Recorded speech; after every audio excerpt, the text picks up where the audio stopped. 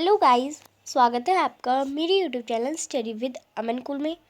आज हम लाए हैं director of education GNCT of Delhi की वर्कशीट नंबर 5 जो कि क्लास 9 के बच्चों के लिए है। सब्जेक्ट आपका सोशल साइंस है। हिस्ट्री की बुक से है, वही चैप्टर नंबर 1 आपका द फ्रेंच रिवॉल्यूशन, जिसका ये पार्ट 5 है। डेट है 17 अप्रैल 2021। आप अपना नेम और अपनी क्लास टीचर का नेम लिख लेंगे।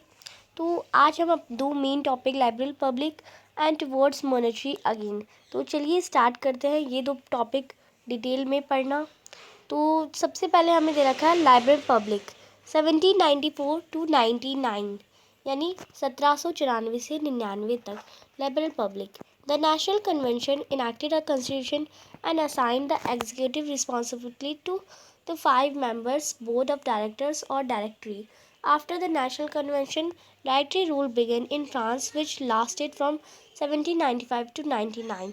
तो यहाँ तक आपको बता रहा कि जो नेशनल कन्वेंशन थी उसने कॉन्स्टिट्यूशन बनाया, फिर कॉन्स्टिट्यूशन में उसने एग्जीक्यूटिव करे और उन्हें रिस्पॉन्सिबिलिटी थी वो 5 मेंबर्स को दे दी।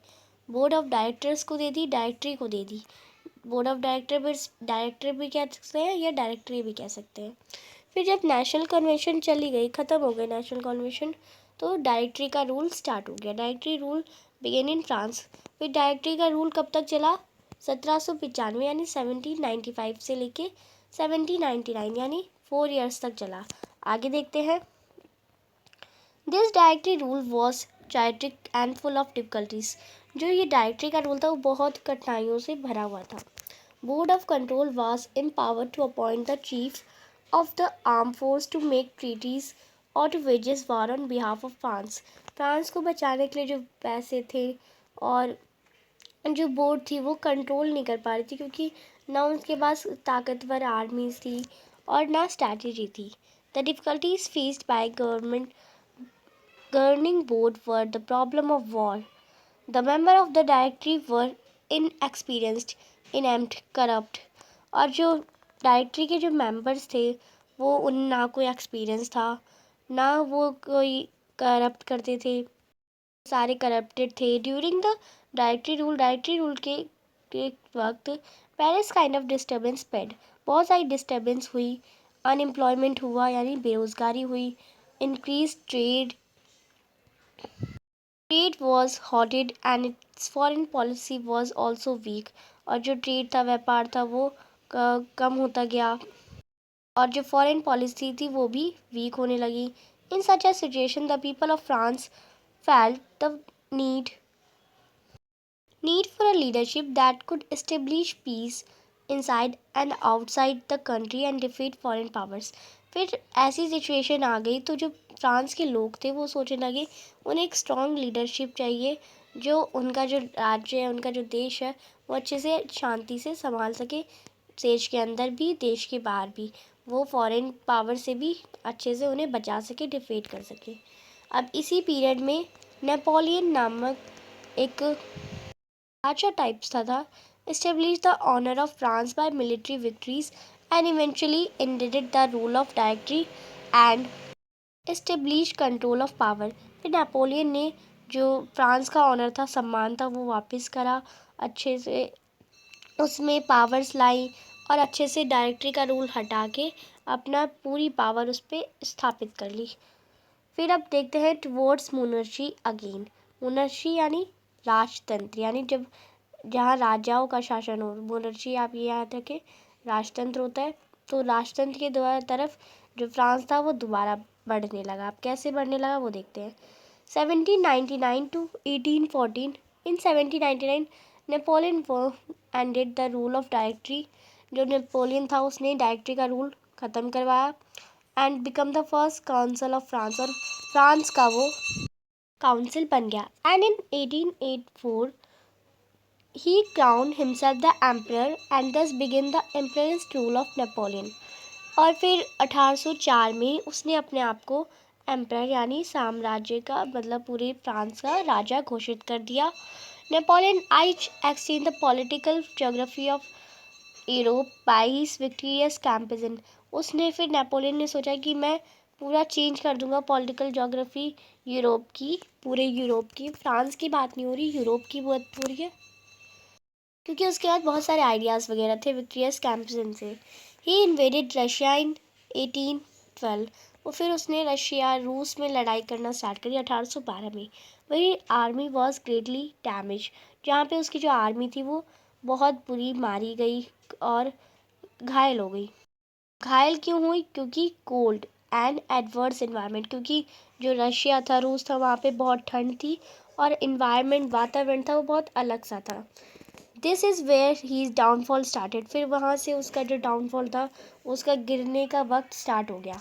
On 18 June 1815 Napoleon was impressed at saint Helena after his final defeat in battle of Waterloo. फिर लास्ट में उसने वाटरलू बैटल में हार गया वहाँ पे, और फिर सेंट हेलेना में वो उसे जेल में बंदी बना लिया और वह फिर 1821 में मर गया उसी जेल में। The French civil code was implemented in France in 1804 by Napoleon first. जो फ्रेंच सिविल कोड था वो फ्रांस में वो इम्प्लीमेंट हुआ था 1804 में नेपोलियन के द्वारा। It is also called the Napoleon code, और इसे नेपोलियन कोड भी कहा जाता था। Ancient and new laws were coordinated in making this code. Ancients ने भी और नए लॉज ने भी यूज़ करा था इस कोड को बनाने में। तो दिस कोड, अब इस कोड में क्या था? The privilege given on the basis of birth were discontinued by this code.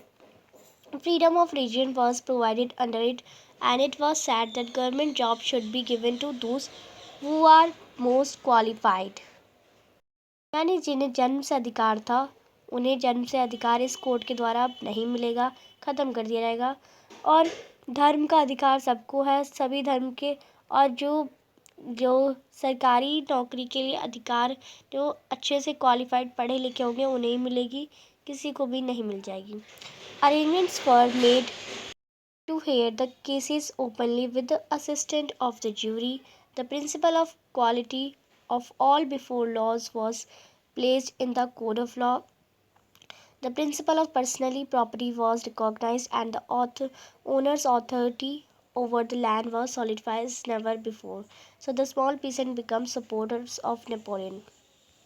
किसी की भी पर्सनल प्रॉपर्टी नहीं होगी, सबकी जिसका भी लैंड है उसकी ओन अथॉरिटी होगी, सबको समानता का अधिकार मिलेगा। तो इसी सारे लॉज की वजह से, इन सारी कोड्स की वजह से नेपोलियन को एक अच्छा राजा माना गया था। Napoleon law code provided the permanent work. और जो नेपोलियन का जो कोड था वो ऐसे अच्छा वर्क कर रहा था। Napoleon himself acknowledged the importance of this law code and said, Napoleon ने खुद भी इसका इम्पोर्टेंस दी थी इस कोड की, और कहा था, my real pride is not in the victory of my 40 Wars. मेरा जो असली गर्व है वो मेरी जो मैंने 40 युद्ध जीते हैं उसमें नहीं है। My law code is such that it will never be erased and will prove to be everlasting. मेरा जो गर्व इसलिए इसमें है कि जो मैंने लॉ कोड बनाया वो कभी भी ख़त्म नहीं होगा और ये हमेशा चलता रहेगा। तो ये आपकी आज की छोटी सी वर्कशीट थी जिसमें आपको 4 इजी से क्वेश्चन पूछे गए हैं। पहला क्वेश्चन है, what were the difficulties in government of directories. Directory जो थी, जो नेशनल कन्वेंशन के बाद आई, तो उसमें क्या क्या डिफ़िकल्टीज़ हुई। तो फर्स्ट क्वेश्चन का आप आंसर करेंगे प्रॉब्लम ऑफ कंटिन्यूस वार, क्योंकि बार बार वॉर आ रहे, युद्ध होने लगे।